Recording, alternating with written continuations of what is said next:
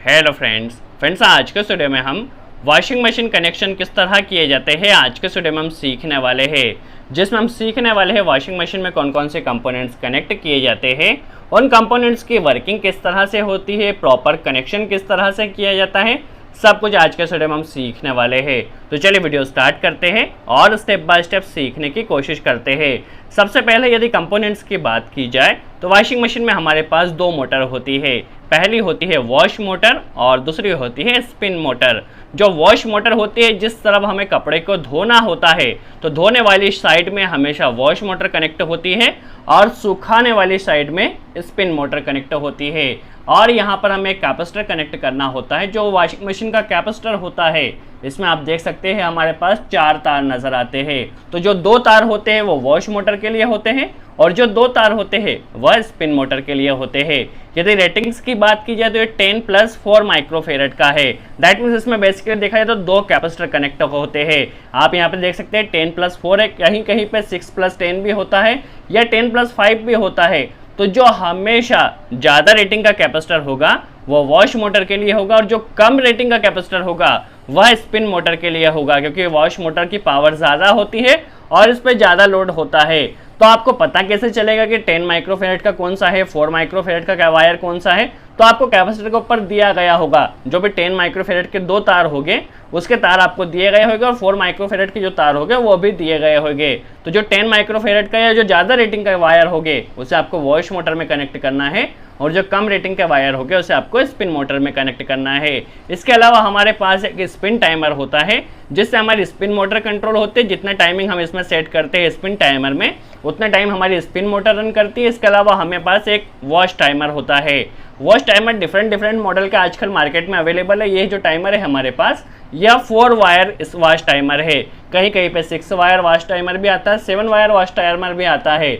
But आज के video में हम जो कनेक्शन करने वाले हैं 4 वायर वॉश टाइमर के हिसाब से करने वाले हैं। इसमें बेसिकली आपको 4 तार नजर आते हैं। वो 4 तार का कनेक्शन कुछ भी हो सकता है, कलर कोड कुछ भी हो सकता है, बट प्रॉपर कनेक्शन किस तरह से किया जाएगा हम सब कुछ सीखने वाले हैं।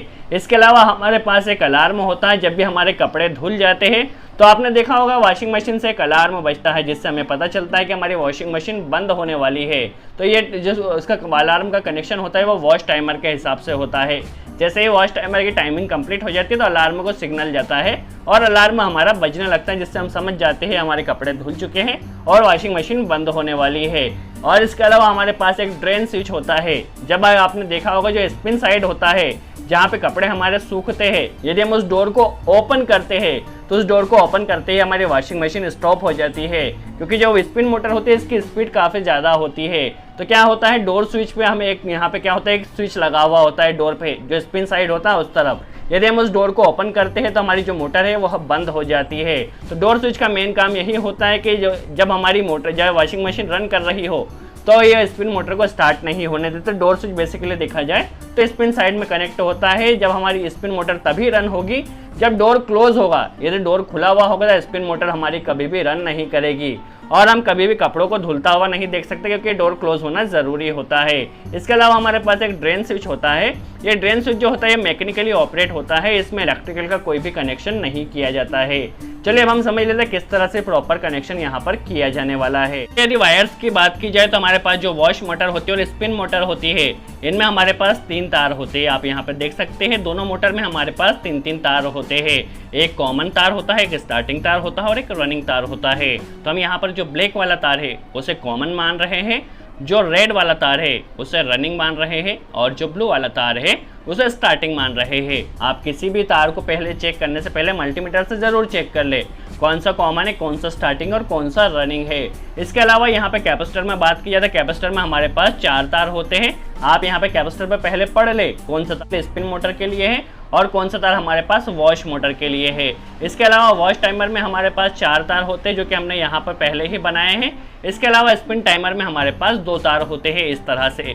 चलिए अब इन सब कंपोनेंट्स का प्रॉपर कनेक्शन किस तरह से किया जाएगा हम समझ लेते हैं। हमारे पास जो सप्लाई के लिए केबल होती है उसमें हमारे पास 3 तार होते हैं, फेस, न्यूट्रल एंड अर्थ। 3 तार होते हैं। बेसिकली सबसे पहले यदि अर्थिंग की बात की जाए तो अर्थिंग हमें कहाँ पे कनेक्ट करना होती है। तो जो दोनों सिंगल फेस की मोटर होती है दोनों में हमें अर्थिंग कनेक्ट करना होती है। तो जो अर्थिंग का तार जाता है सबसे पहले हमारी वॉशिंग मशीन में जाता है, वो स्पिन मोटर में जाकर लग जाता है, क्योंकि बॉडी पे हम कहीं पर भी अर्थिंग के तार को लगा सकते हैं, कहीं पर भी आप इस मोटर की बॉडी पे कनेक्ट कर दीजिए, जिससे जो भी लीकेज करंट आने वाला है वो यहाँ से अर्थ हो जाएगा। इसके अलावा यहीं से अर्थिंग हमारा जाता है और वो वॉश मोटर में चला जाता है। तो दोनों सिंगल फेज मोटरों को हमें पहले अर्थ करना है। इसके बाद यदि न्यूट्रल्स की बात की जाए तो न्यूट्रल हमें कहाँ पे देना होता है, स्पिन मोटर में न्यूट्रल देना होता है, वॉश मोटर में न्यूट्रल देना होता है, और इस अलार्म में न्यूट्रल देना होगा। बेसिकली टाइमर में हमें कोई भी न्यूट्रल नहीं देना होता है। तो चलिए न्यूट्रल हमारा यहाँ से निकला। सबसे पहले जो हमारी स्पिन मोटर है, इस स्पिन मोटर के कॉमन टर्मिनल पे हम न्यूट्रल कनेक्ट कर देते हैं। तो इस मोटर में कॉमन में हमने न्यूट्रल कनेक्ट कर दिया है। इसके अलावा जो वॉश मोटर है, वॉश मोटर के कॉमन टर्मिनल में हम न्यूट्रल कनेक्ट कर देते हैं। तो दोनों मोटरों में हमारा न्यूट्रल का कनेक्शन हो चुका है। यहीं से हम एक न्यूट्रल लेंगे और इस अलार्म में किसी भी एक तार में हम न्यूट्रल को कनेक्ट कर देते हैं। तो हमारा न्यूट्रल देख सकते हैं आप, अलार्म में भी हो चुका है, वॉश मोटर में भी जा चुका है और स्पिन मोटर में भी जा चुका है। अब सबसे पहले हम समझ लेते हैं कैपेसिटर का कनेक्शन किस तरह से किया जाने वाला है। तो कि माना हमारे पास ये जो दो तार है वो स्पिन मोटर के लिए है और ये जो दो तार है वो वॉश मोटर के लिए है। तो हमें क्या करना है, एक किसी भी तार को लेना है और सबसे पहले इस मोटर के एक तार में कनेक्ट कर देना है किसी में भी, और एक तार यहाँ से लेना है कैपेसिटर का और इसे दूसरी जो लास्ट वाला टर्मिनल बचा है इसमें कनेक्ट कर देना है। देखिए मोटर के एक तार में हमने न्यूट्रल कनेक्ट किया है और जो बचे हुए दो तार है उसमें कैपेसिटर कनेक्ट कर दिया है। इसी तरह वॉश मोटर में भी करना होगा, जो एक तार है उसमें हमने न्यूट्रल कनेक्ट किया और जो बचे हुए दो तार है उनमें हमने कैपेसिटर कनेक्ट कर देना है। तो आप देख सकते हैं हमारी दोनों मोटर में कैपेसिटर का कनेक्शन यहाँ पर हो चुका है। तो हमारे यहाँ पे आप देख सकते हैं सभी में न्यूट्रल का कनेक्शन हो चुका है प्लस कैपेसिटर का कनेक्शन यहाँ पर कंप्लीट हो चुका है। अब हम समझ लेते हैं फेज का कनेक्शन किस तरह से किया जाने वाला है स्पिन मोटर के लिए एंड वॉश मोटर के लिए। चलिए सबसे पहले हम स्पिन मोटर के लिए फेज का कनेक्शन किस तरह से किया जाना है तो हम समझ लेते हैं। सबसे पहले हमारे पास जो फेज जाता है वो स्पिन मोटर की बात की जाए तो वो स्पिन टाइमर के द्वारा कंट्रोल होती है। तो जो हमारा फेज जाने वाला है सबसे पहले स्पिन टाइमर में जाएगा। ध्यान रखिए स्पिन टाइमर में जाएगा। जितना टाइम हमारे स्पिन टाइमर में सेट होगा, बेसिकली 15 मिनट के लिए भी आता है, 25 मिनट के लिए भी हमारे पास स्पिन टाइमर आता है। तो जितना टाइम हमारा स्पिन टाइमर में सेट होगा उतनी देर हमारी स्पिन मोटर रन होगी। तो जो फेज जाने वाला सबसे पहले स्पिन टाइमर में जाने वाला है। स्पिन टाइमर से निकलने के बाद ये हमारे डोर स्विच में आने वाला है। जैसा कि हमने आपको पहले ही बताया था, जब डोर स्विच हमारा क्लोज होगा या लगा हुआ होगा हमारी स्पिन मोटर तभी रन होगी। तो डोर स्विच में जाने वाला है। डोर स्विच में बेसिकली एक स्विच कनेक्ट होता है और डोर स्विच से जैसे ही निकलेगा ये हमारी चले जाएगा मोटर की रनिंग वाली साइड में। आप देख सकते हैं यहाँ से मोटर वाली रनिंग साइड में हमारे पास यह जाने वाला है।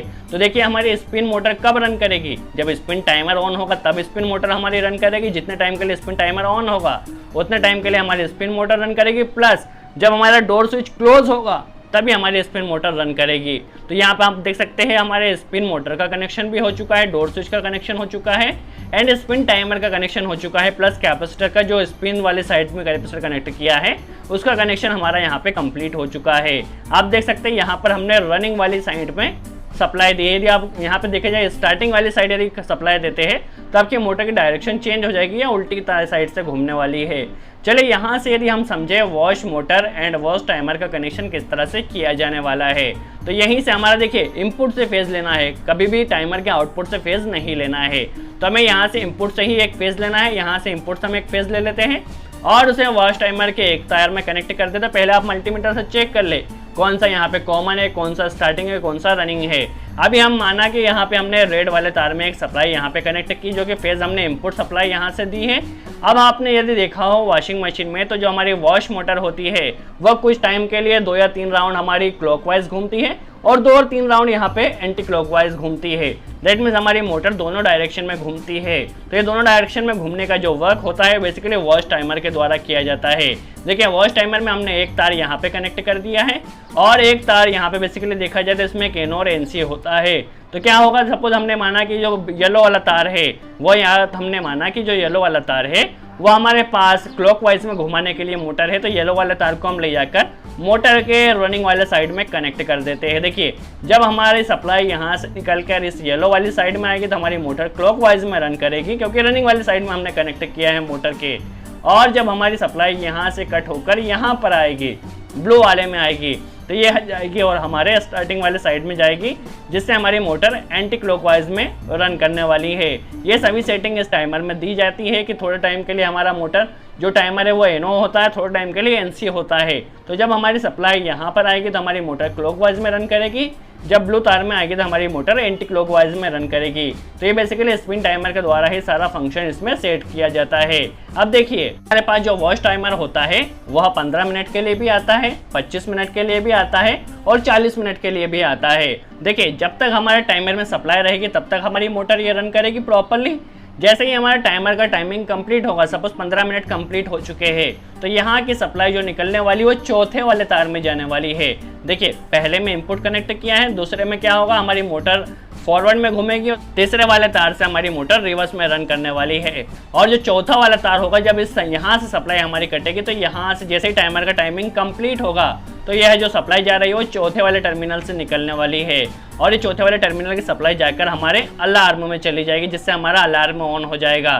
तो जैसे ही हमारे वॉच टाइमर का टाइमिंग कंप्लीट हो जाएगा, तो टाइमर के टाइम कंप्लीट होते ही हमारा अलार्म बजेगा, जिससे हम समझ सकते हैं कि हमारे कपड़े धुल चुके हैं, हमारी वॉशिंग मशीन मोटर बंद होने वाली है। तो यही बेसिकली सिंपल कनेक्शन होता है। वॉच टाइमर बेसिकली देखा जाए तो 6 वायर में भी आता है, 7 वायर में भी आता है और 4 वायर में भी आता है। 4 वायर टाइमर की वर्किंग किस तरह से होती है, टेस्टिंग किस तरह से की जाती है, इन सभी के ऊपर हम जल्द से जल्द वीडियो बनाने वाले हैं। सो इस तरह आप वॉशिंग मशीन का कंप्लीट वायरिंग कनेक्शन समझ सकते हैं। आई होप आपको कनेक्शन समझ में आया हो। कनेक्शन वीडियो कैसा लगा वीडियो में कमेंट्स में जरूर बताएं।